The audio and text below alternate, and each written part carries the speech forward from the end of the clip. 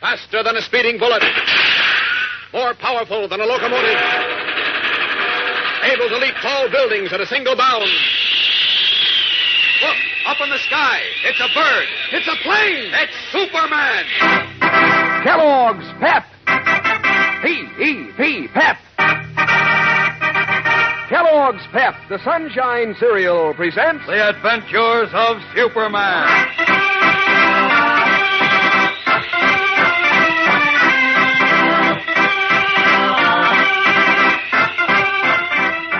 Today, Jimmy Olsen and Perry White, captives of the clan of the Fiery Cross, await their interview with the Grand Scorpion, puzzled as to how far the bigoted leader will dare to go.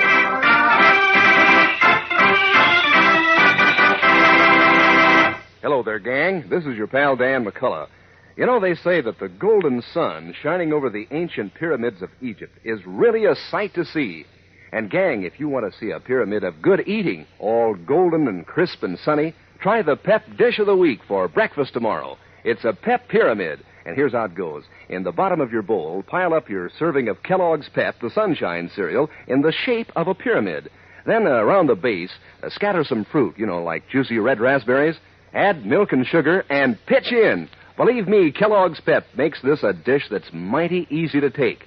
Pep is tender and crunchy and full up with a sparkling sunshine flavor that gives your appetite the go-ahead every time. And Kellogg's Pep is good for you, too. So you want to finish off every sunny flake in your bowl. And, gang, here's another angle. Nowadays, the cereal grains are being sent to help give good nourishment to fellows and girls all over the world. So you don't want to waste cereal. When Mom brings Kellogg's Pep home from the grocer's, appoint yourself a committee of one to help guard against waste. Pour your Pep carefully and eat up every bit you pour out. Pass the word along to the rest of your family, too. Get Hep to Pep, gang. Eat all your Pep. Don't waste it. And now, the adventures of Superman. When the clan of the Fiery Cross, a group of hate-mongers whose credo is one race, one color, attacked Tommy Lee, star pitcher on Jimmy Olsen's Unity House baseball team, because he is Chinese, Editor Perry White offered $5,000 reward to anyone who could identify the cowardly Klansman. That night, the men in sheets and hoods seized White and Jim and carried them to a hideout in the hills high above Metropolis. While Superman and the police searched for them, the gray-haired editor and the young reporter, their hands bound, were brought to a large cave, before which burns a fiery cross, symbol of the Klan, whose leaping flames eerily illuminate the cave where Matt Riggs, leader of the intolerant band, stands, garbed in a long robe embroidered with a blue scorpion. A peaked hood, slit to reveal only his cold, slaty eyes, covers his head and face. Arms crossed on his chest, Riggs stares at White and Jim as they approach. So, you are the high monkey-monk of this bunch, eh? I'm the Grand Scorpion of the Clan of the Fiery Cross. The Grand Rat, you mean? And a couple of other names I could think of. Chief, please. I advise you to control your temper, Mr. White, and your tongue. I don't want any advice from you, but I'll give you some. Release us at once, or by heaven, you and every one of your hooded hooligans will go to the electric chair. You're in no position to threaten us. By the time you're found in these hills, it'll be too late. Unless you come to terms first. Terms? Well, what do you mean? You've got to agree to stop your attacks on us and your newspaper with your dirty lies.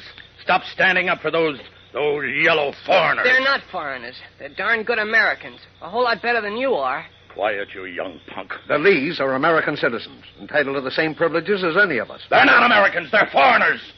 Their skin isn't white. So what? The Indians who were here before us are red-skinned. Does that make them foreigners? I'm not talking about the Indians. You're talking rot, and you know it. The nation was founded by foreigners and built by foreigners. Everyone here either came from another country or is descended from folks who did. Don't you ever read your history, you stupid bigot? That's telling him, Chief. Now, look here, you two. I warn you, I'm not going to waste any more talk on you. Oh, good. Then you listen to me. I happen to love my country and what it stands for. Equal rights and privileges for all Americans, regardless of what church they choose to worship God in or what color skin God gave them. Now, you wait a minute. The United States was founded on that principle, and we've just fought a Second World War to preserve it. You and others like you with your diseased minds want to tear down what we've built and fought to keep, but you can't do it. Blast you. I'll fight you to the last breath, and so will every other American worth his salt. We'll flush you and your hate-peddling goons out from behind your dirty sheets and clap you in jail where you belong. Attaboy, Chief. Now, put that in your pipe and smoke it, Mr. Rat. You fools. Do you think that you or anyone else can stop the clan of the Fiery Cross? You bet we can. And we will. We stopped Hitler, mister, and his outfit sold the same baloney as yours. All right. I'll just show you how we'll deal with those who stand in the clan's way. Joe! Yeah? Tell the brothers to start heating the tar. Get those feathers ready. What? Tar and Easy, feathers? Jim, easy. Look, Matt, it might kill him, you know. After all, this old goat is no I kid. don't care who he is or what he is. Do as I say. Okay, you're the boss. Ralph, join. Fill the fire out of that stuff. Now, don't move, you two. We'll see how brave you are when the hot tar touches your skin. Now, look. Wait a minute. Don't let him scare you, Jim. He wouldn't dare do anything to us. I'm not so sure, Chief. I think they are going to tar and feather us. Nonsense. This fellow is just trying to scare us into doing what he wants. Maybe, but did you notice the way he looked just then? I mean, the way his eyes shone? I think he's cracked. Why, of course he is. All fanatics are. Well, But what's the matter, Joe? There's no time. What? Yeah, Ralph says that last storm knocked the barrels off the ledge. They rolled down into the stream and broke open. Oh, boy, what a break. Well, what are you waiting for? Get some more tar. Are we going to get any tar in these hills? Oh, I don't know. Look, I got to go back to town, so you come along and ride with me. We'll pick up a barrel at home, bring it back in the morning. Okay. What do we do with White and Olson till then? The other boys can stand guard on them. They'll keep till we get back. Come on.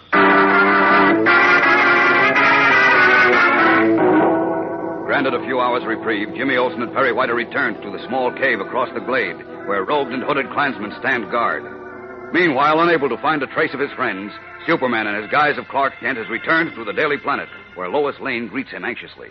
Any luck, Clark? No, the boy the police picked up was the wrong one. What's all this about a boy? You started to tell me before, but you didn't finish. Oh, well, you see, Lois, some unidentified boy phoned me the night the Klan grabbed Tommy Lee. Yes? He told me the Klan was taking Tommy to the river bend to tar and feather him. I see. And he wouldn't tell you his name? No, but he knew all about it, so he must know who the Klansmen are. Hey, wait a minute. I'm going to try something. Try what? What I wanted the chief to do the other day. Run an open letter on the first page of the Daily Planet addressed to that boy.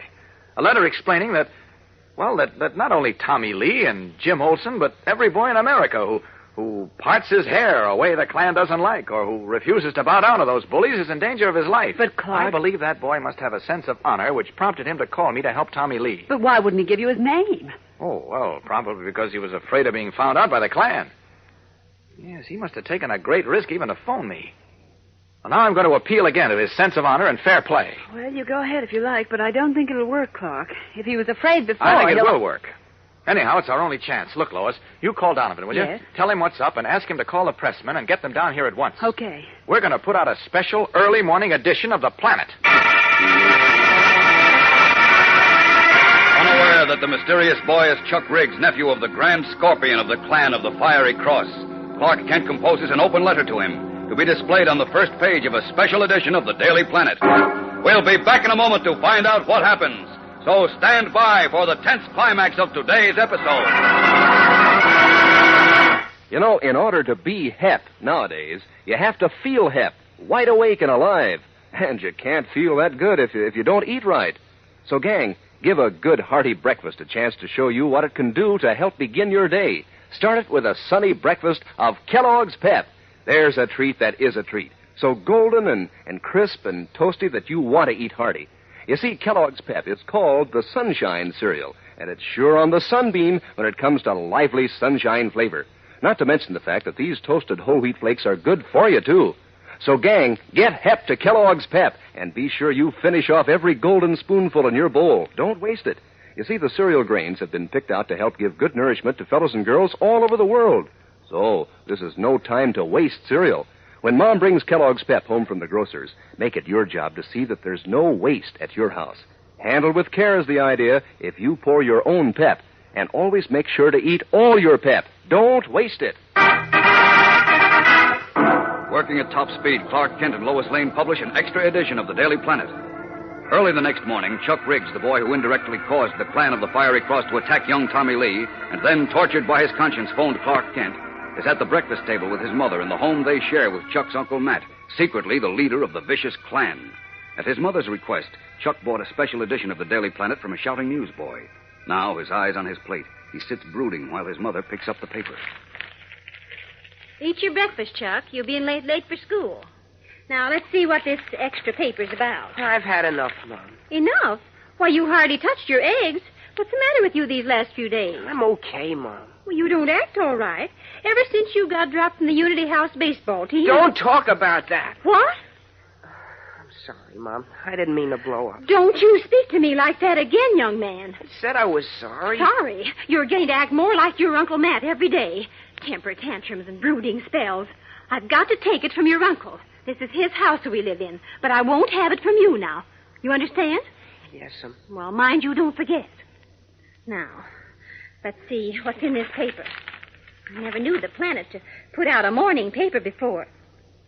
My land. Listen to this.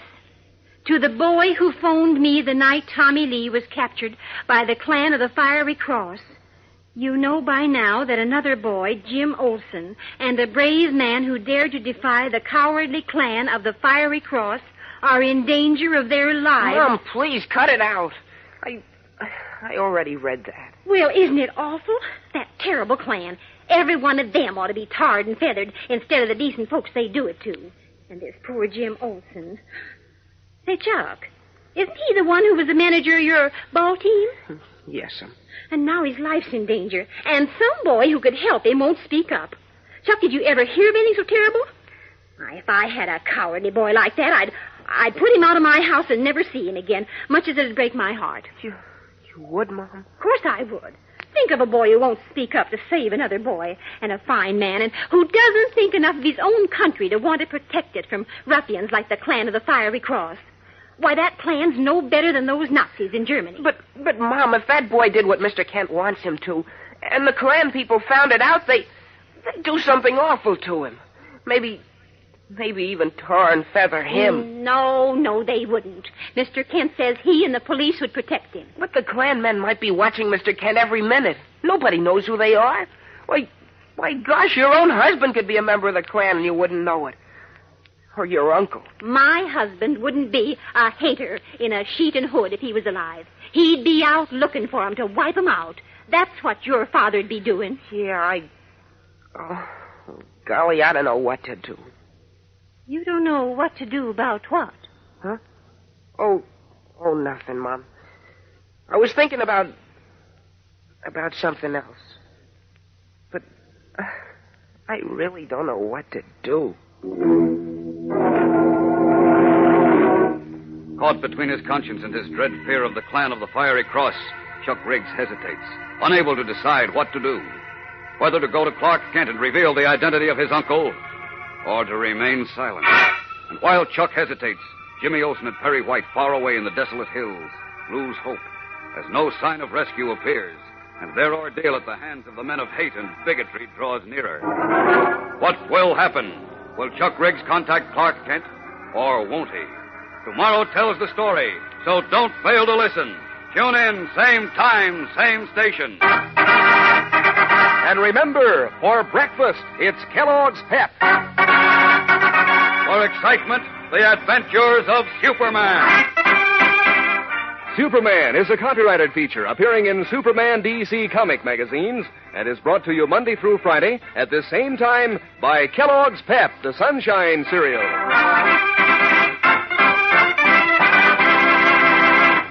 If your dog is a softie, here's a little trick you can try to help give him lots of muscle.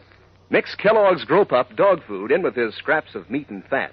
See if it doesn't make his eyes brighter, his coat glossy, and see if it doesn't give him lots of oof, so that pretty soon he'll be able to take it and to scramble right along with the gang.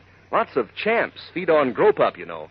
So let your dog have his pick of Grow Pup ribbon, Grow Pup meal, or Grow Pup pellets. Just so his mother remembers, write Kellogg's Grow Pup on her marketing list right now. And be sure to be with us tomorrow for the thrilling adventures of Superman. This is the Mutual Broadcasting System.